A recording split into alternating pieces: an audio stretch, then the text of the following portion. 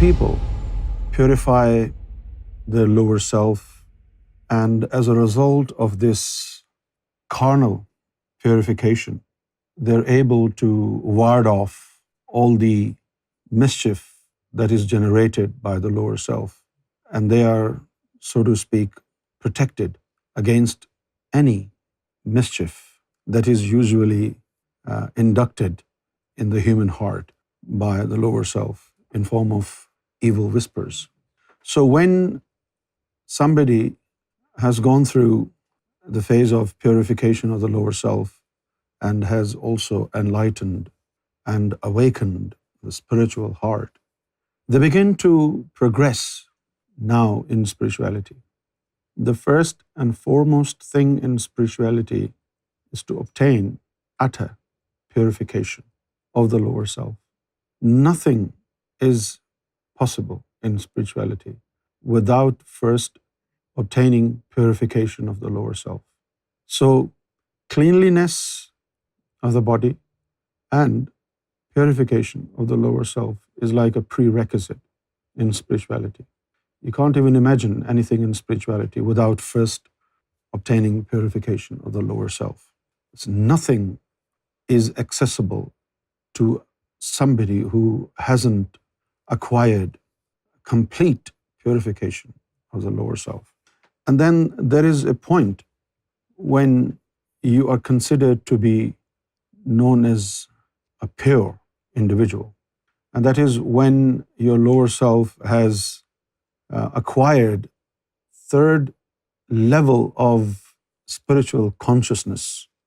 Third level of spiritual consciousness in relation to purification of the lower self is when your lower self becomes mulhima.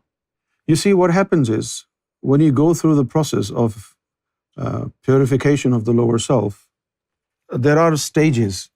In the first stage, when your lower self is ammara, the quality of such a lower self is that it is commanding and compelling. It commands you to do bad. Now, it doesn't matter whether you yourself are willing to sin or you are not willing to sin. Such is the quality of the lower self that it commands you, compels you. It sends down in your spine constant impulses to do wrong things. You feel like you've been hypnotized. Somebody is forcing you to do it. Even when you're not willing to do such things, you feel compelled to do things. And this is not because of you. It's because of the state of lower self you are in. And that is nafs ammara. Now, a majority of human beings, no matter what religion they practice, no matter how dedicated they are in their practice of their religion, exterior form of worship does not take any effect on the state of your lower self. You see, some of these animals like rats and snakes, they live underground. They dig a tunnel and they stay underground.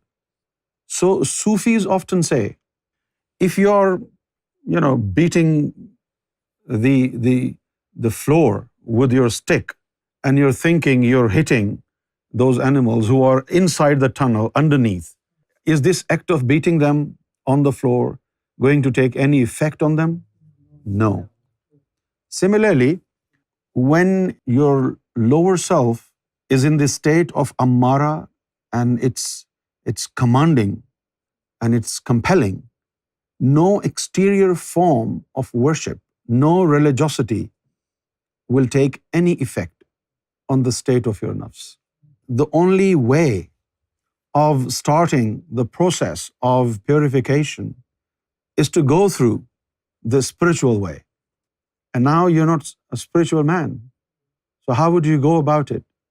Your Sufi master will spiritually transmit divine energy into your lower self. And that is when the lower self begins to, reduce the intake of its negative energy. And in no time, your lower self, from the state of commanding self, compelling self, progresses to blameworthy soul, the blaming soul. At this point, anything wrong you do, your lower self is in a state where it will become your inner critic. When you have an inner critic, what happens is, anything you do wrong, your lower self will tell you, that's bad, shouldn't have done that. And it is due to this state of lower self that you will regret doing anything wrong. Repentance, true repentance comes from being in this state where your own lower self becomes a critic and incites blame in you. Now, this knowledge, this doctrine that Sarkar Gohar Shahi has made available to every single human being on earth today, we can peep into our own being. We can analyze our own state and our own progress. We can know where do we stand, can't we? For example, if you want to know what is the state of your lower self, then cogitate, meditate over your actions. And if you have done anything wrong, and when you have done something wrong, did you hear the voice of your critic inside? Did inside you somebody tell you, this was wrong, you shouldn't have done that? If you do have this critic inside you, then your lower self is lawama.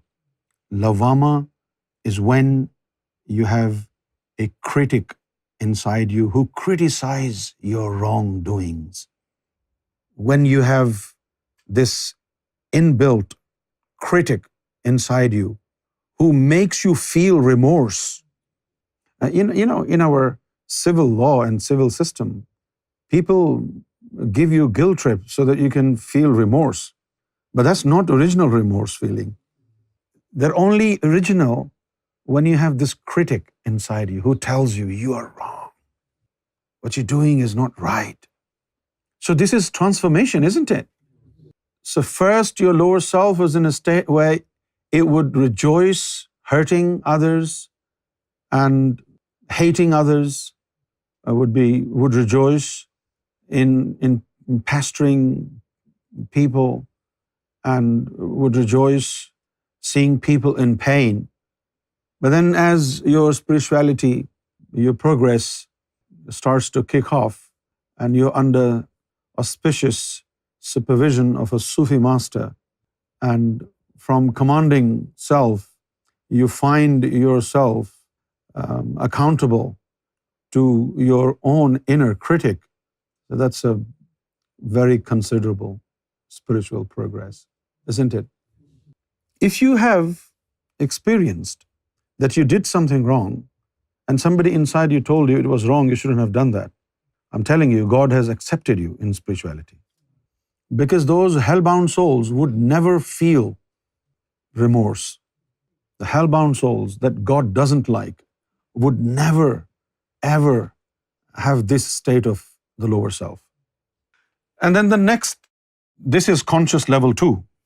The first one was when you realized you have a very, very commanding self.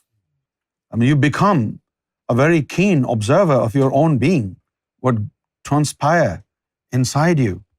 And when you know, I'm not even trying, I'm not even willing to do certain things, but I feel compelled to do these things. What the hell is going on with me?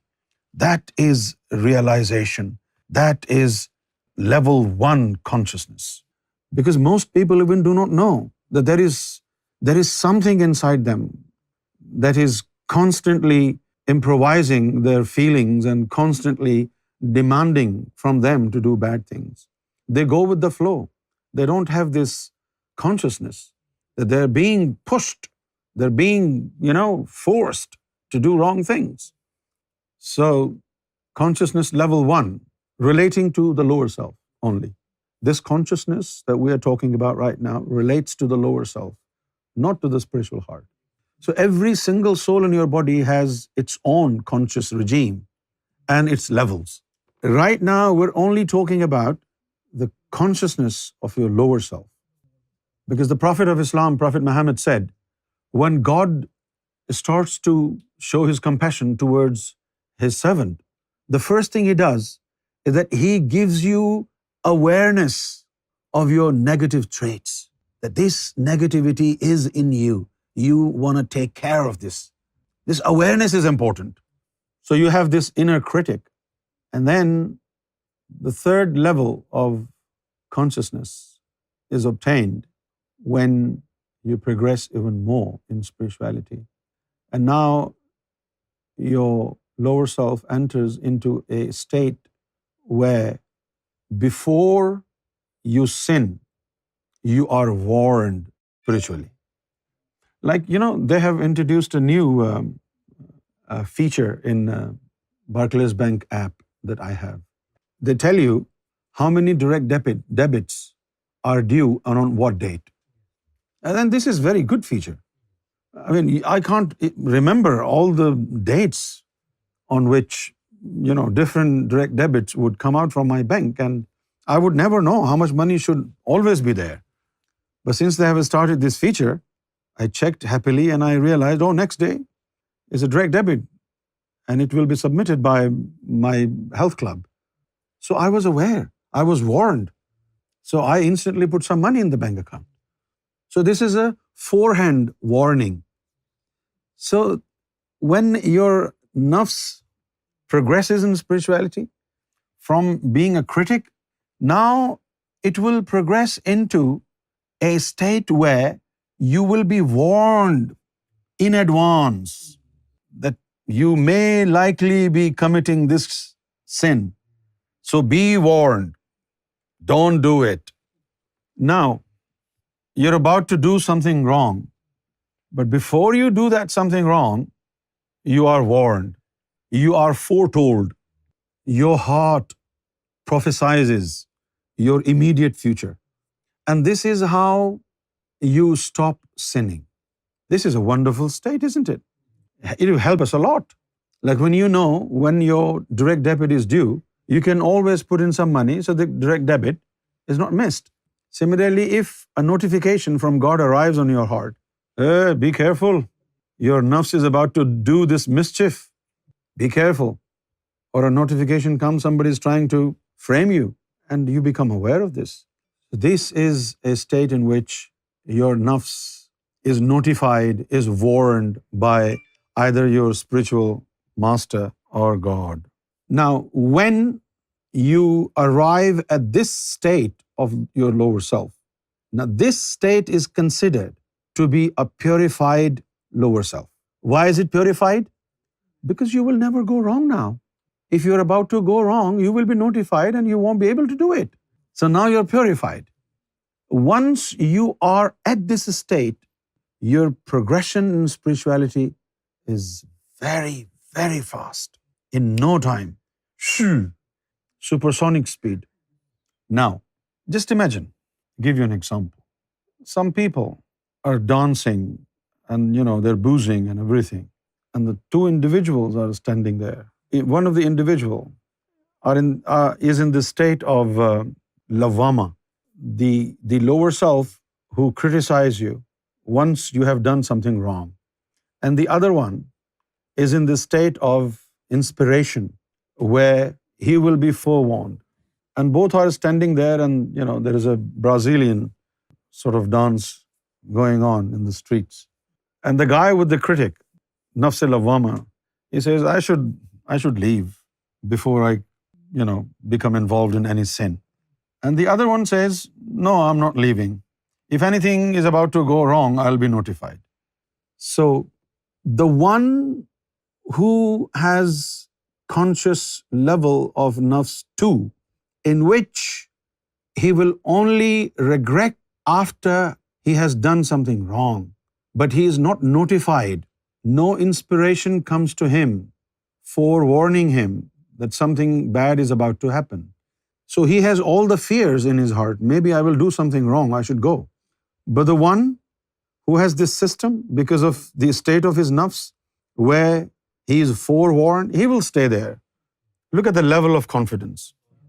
Now, the one whose nafs is lawama, who doesn't receive any warning, who doesn't receive any notification, he cannot afford to stay there. But the one who receives notifications and warning, he will stay there and there is no harm, because the moment he is notified spiritually that you're about to do something wrong, then he will go. Until he receives any notification, he'll stay there. And it's perfectly fine for him. But the one who doesn't have this state of nafs cannot afford to stay close to a place where there are sinning. If this guy says, okay, I'm also standing here, I'm not going anywhere, he will end up sinning. So the one who receives notification and warning, this confidence in him comes from God. And the other one is not in spirituality of the same level. He doesn't receive any notification, so he cannot afford to stay there. But if he decides to stay here, he will be considered by God as a copycat, and he will be kicked out from spirituality, because he is imitating somebody who is allowed to stay there. He is not allowed to stay here, but he is still imitating this one. That is called naqaliya. Ba martaba tasdeeq. The one who is allowed to stay there because he will receive notification, even if he stays there at the scene of sinning, that's okay for him. Why is it okay for him? Because the moment he is about to get involved in the sin, he will be notified and he will run away. That's why he's allowed. And the one who doesn't have the same level of consciousness, he will not be notified when and how he gets involved in sinning. Therefore, it's a definite no for him to stay in such a place. But if he does stay, he will be punished in spirituality. Why did you stay there when you're not allowed to stay there? For example, you're a very good batsman. But when you go and bat and you're facing a fast bowler, you put on a helmet, don't you? To protect your head. But as soon as the spinners come, you remove your helmet. But if there is any dumb, daft duffer who doesn't differentiate between a fast bowler and spin bowler, and he was playing without a helmet, so I should also play without a helmet. But he doesn't realize he was playing without a helmet when there were spinners on. But you're facing a fast bowler, so you have to wear a helmet. This is called consciousness, awareness, sometimes common sense. So my friend, in spirituality, you should know your consciousness level. If you do not know your consciousness level, how will you know whether or not you're allowed to stay at a scene?